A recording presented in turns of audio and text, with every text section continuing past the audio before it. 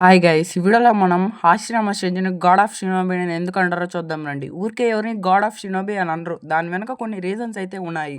వీడియోలోకెళ్ళే ముందు మన ఛానల్‌ని సబ్స్క్రైబ్ చేసుకోండి. 200కి మనం చాలా దగ్గరలో ఉన్నాం.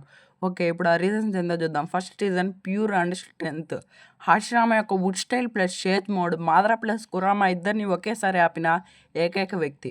Next second reason no tail beast power. అతను ఒక టెయిల్ బీస్ట్ లేకుండానే ఒక మాన్స్టర్ లెవెల్‌లో ఫైట్ చేయగలుగుతాడు. Next third reason healing without hand science.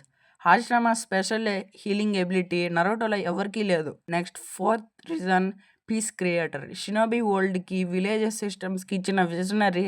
Leaf village మొదటిసారి యూనిటేట్ చేసిన నేత.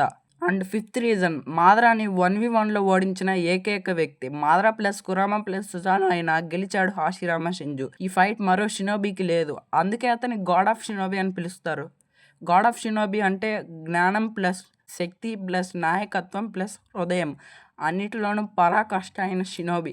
ఈ టైటిల్ నరుటోలో కేవలం హాషిరామా షింజుకు మాత్రమే ఉంది. ఓకే ఫ్రెండ్స్, వీడియోని ఇక్కడ వరకు చూశారు. మీకు నచ్చినట్లయితే లైక్ చేసి అలాగే మన ఛానల్కి సబ్స్క్రైబ్ చేసుకోండి.